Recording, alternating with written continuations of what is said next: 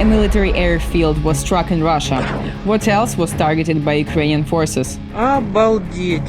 Russian troops used an FPV drone to kill a volunteer in the Donetsk region. Нужна помощь! More than 2,000 Ukrainian soldiers are currently training in France as part of the Anne of Kyiv Brigade. Hi, I'm Zhenia Melnyk and this is United 24 Media. 4 people were killed by a Russian missile strike in Odesa, a teenager among them. This was reported by the head of the military administration, Oleg Kipar. In the early hours of October 11th, Moscow launched several ballistic missiles targeting Odesa's residential district and killing 4 people, one of them a 16-year-old girl. 3 other civilians were found killed beneath debris after the state emergency service arrived at the scene. The police are collecting evidence of yet another Russian war crime against the civilian populace of Ukraine.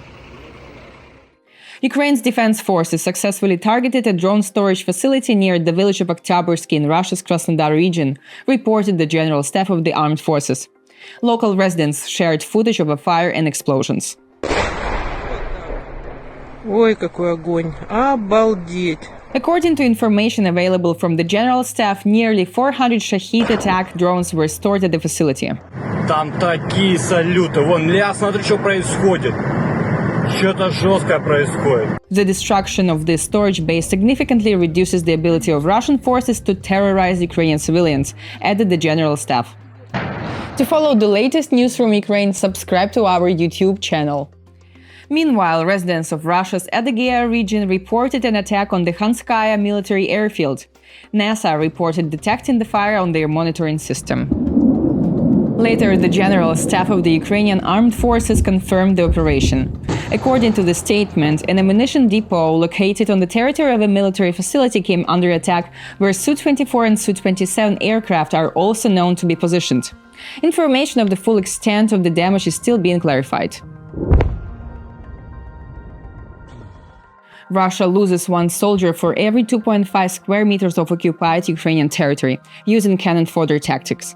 This was reported by Natalia Kostenko, deputy head of the Ukrainian mission to the Organization for Security and Cooperation in Europe. According to Ukrinform media, the representative stated that in the past week alone there were over 1,000 combat encounters between Ukrainian defense forces and the Russian army, with the overall situation along the front line remaining extremely tense and dynamic.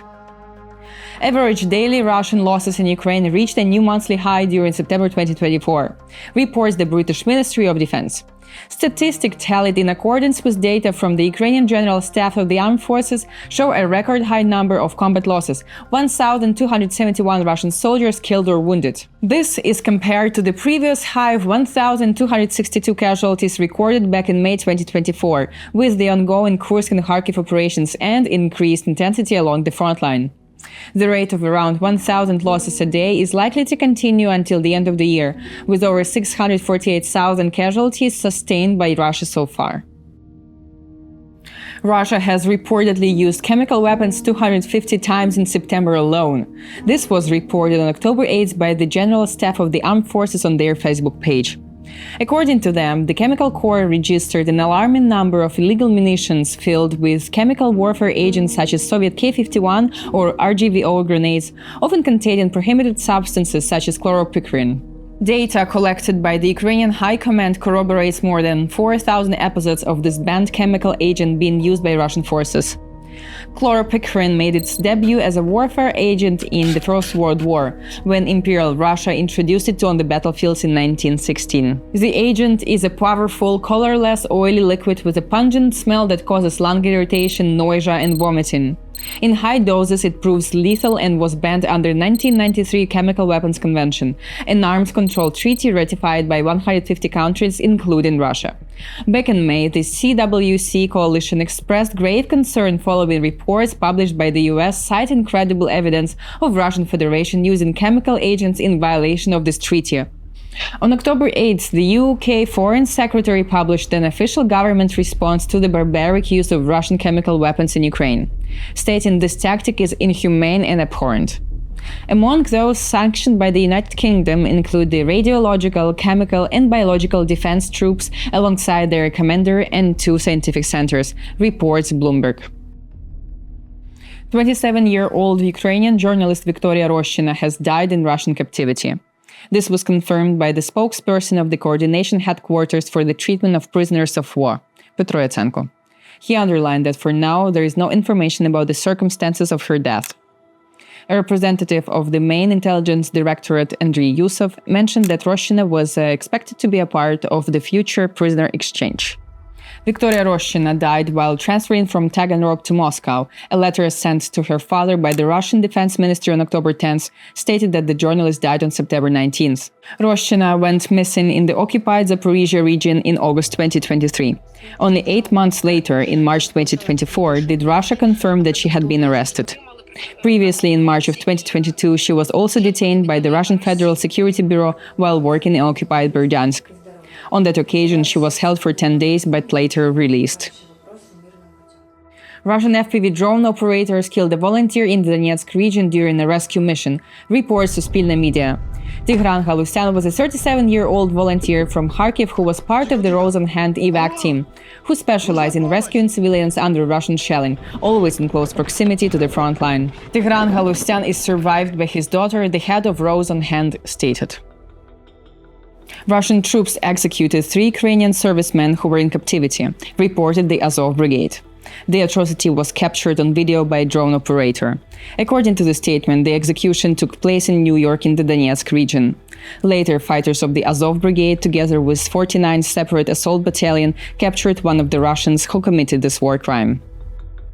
Earlier, the head of the War Crimes Department of the Prosecutor's General Office stated that Ukrainian services have data on 93 executions of Ukrainian soldiers on the battlefield. 80% of these executions took place in 2024. As of now, 708 representatives of the Russian armed forces are officially suspects. Ukraine has received the first F-16 jets from the Netherlands. The rest of the 24 aircraft are set to arrive in the coming months, announced Dutch Defense Minister Ruben Brekelmans. The Netherlands has also committed to delivering various types of drones for the needs of the armed forces of Ukraine. We just delivered the F-16s. Today I can officially announce that the F-16s, the Dutch F-16s, are in Ukrainian airspace. And today I also announced that we have an action plan on drones. So we will invest 400 million in the most advanced drones, because we see that they are making a big difference on the battlefield, and we think that with Dutch technology and Dutch knowledge we can help to further develop those drones. The Netherlands, a member of the F-16 coalition consisting of more than a dozen countries, is not the first one to deliver F-16s to Ukraine. In August, Denmark provided Ukraine with a batch of fighter jets, as reported by President Zelenskyy. France will deliver Mirage 2000 fighter jets to Ukraine in the first quarter of 2025. They will be equipped with the latest systems for fighting and resisting electronic warfare. This was reported by French Defense Minister Sébastien Lecornu. He underlined that the training program for the Ukrainian pilots is ongoing. The Mirage 2000 is a French fighter jet similar to the American F-16. Both are powered by a single engine. This enhances maneuverability and simplifies maintenance, but also reduces reliability, meaning if the engine fails, there is no backup. More than 2,000 Ukrainian soldiers are currently training in France as part of the Anne of Kyiv Brigade initiative, says President Macron. He stated that the Ukrainian brigade is learning to operate French equipment which was supplied thanks to the nation's solidarity with Kyiv. Macron visited the military base in Grand Est region in person on October 9th to oversee the regiment's progress. The contingent that I train with has very good morale. The personnel I'm training are very motivated and I think very serious regarding the task they're faced with, and it's going very well. There's very good communication with the soldiers, a very good relationship, and there's mutual recognition. France alone has trained a total of 15,000 Ukrainian personnel since the onset of Russia's full-scale war in February 2022. Together with its allies such as the UK, who spearheaded the Interflex operation, or subroutines like the Canadian-backed Unifier initiative, 40,000 Ukrainian soldiers have been trained to date, with the aim to prepare 60,000 troops by the end of 2024. Nearly 100 children were evacuated from Konstantinivka in the Donetsk region over the period of 1 week. However, more than 300 still remain in the city.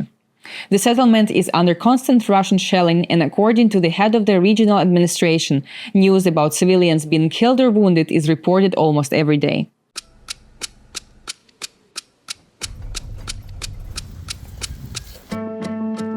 Here is a police officer helping 15-year-old Ivan put on bulletproof vest and helmet, equipment that is mandatory during evacuations. Among the possessions the boy takes to a safer place is his guitar. He has been learning to play the guitar for 7 years. For now, they're going to Kramatorsk, but it was mentioned that they will go further, maybe to Kyiv. Ivan left his hometown Konstantinivka with his mother. In this community, evacuation is mandatory for families with children. Russian troops shell this area all day long.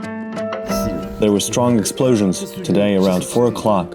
A special police unit called the White Angels helps civilians to safely evacuate from the city. They use armored vehicles to take people to a shelter, from where they will go to new places in other Ukrainian regions. The situation in the city is difficult. A guided aerial bomb hit in the morning. We have evacuation requests almost every day. At least 3 people were evacuated, up to 10 people at most. Russian shelling forced another family from Konstantinivka to leave their home. 10-year-old Mark and 16-year-old Mikita survived numerous Russian attacks. The house where they lived now stands without windows.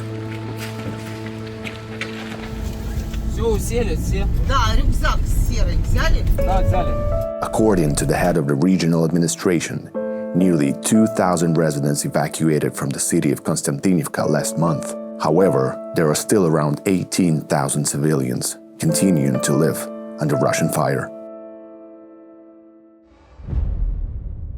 President Zelenskyy arrived in Berlin to meet with German Chancellor Olaf Scholz. Today, I will present a plan on how we think we can force Russia into peace. That is, how to end this war. We would like to do this no later than next year in 2025 and guarantee that the aggression will not be repeated. This plan is a framework to hold an effective peace summit. Germany continues to stand firmly on the side of Ukraine. For almost 1,000 days, Putin's Russia has been waging its merciless war of aggression against your country. The heroism and bravery of Ukraine cannot be emphasized enough. By the end of the year, with the support of our partners Belgium, Denmark and Norway, we will deliver another military support package worth around 1.4 billion euros to Ukraine. He arrived in the German capital from the Vatican City, where Zelenskyy had talks with Pope Francis. The day before, President Zelenskyy met with Italian Prime Minister Giorgia Meloni in Rome, where he presented the victory plan and discussed all of its aspects. Zelenskyy also spoke about the ongoing work with other partners and about the situation on the frontline. Zelenskyy thanked Italy for all its security assistance, particularly for the air defense systems. The world sees that Russia ignores real diplomacy and the peace formula that we offered to justly end this war in accordance with the UN Charter. And if our victory plan gets implemented, thanks to cooperation with our partners, Russia will not be able to continue this war and will be forced to peace. This is the meaning of the victory plan, and we want to defend Ukrainian independence, Ukrainian families, our people, the right of our children to live free in their own country. The aim of our support, as I have said again today to President Zelenskyy, is to put Ukraine in the best condition possible to set up a negotiating table for peace. A negotiating table, as we have said many times, that doesn't mean surrendering, as too many have suggested in a cowardly fashion. Italy was the third country that President Zelenskyy visited on the same day. He arrived from France, where he spoke with French President Emmanuel Macron. Earlier that day, Zelenskyy was in London, where he met with British Prime Minister Keir Starmer and NATO Secretary General Mark Rutte. Key topics of the talks were Euro-Atlantic integration and the strengthening of Ukraine's military. Ukrainian President Zelenskyy and Croatian Prime Minister Andrej Plenković signed an agreement on long-term cooperation and support between the two countries. The leaders met in Dubrovnik. The document covers cooperation between defense industries and identifying prospects for joint defense production. A separate section is dedicated to supporting humanitarian demand in Ukraine. Croatia has already allocated more than 10 million euros to this effort and will continue to provide equipment and share expertise. President Zelenskyy arrived in Croatia on October 9th to participate in the Ukraine-Southeast Europe Summit. Talking about the victory plan during the press conference, Zelenskyy underlined that Ukraine's strategy is centered on strengthening its position. The plan is aimed at strengthening Ukraine, and in my opinion, there can be no skepticism from our partners if they're not afraid of the Russian Federation, because we want to take the first step, an invitation. Specifically, an invitation to the alliance is not NATO membership. Yes, it is better to be a member of NATO, of course, but today we're talking about strengthening our position now, not after the war, not in 10 years, not in 30 years, now.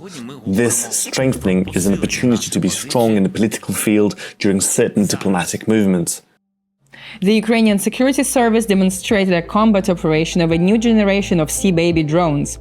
According to the service, these drones, which were funded by Ukrainian civilians, are already being used to perform active combat missions.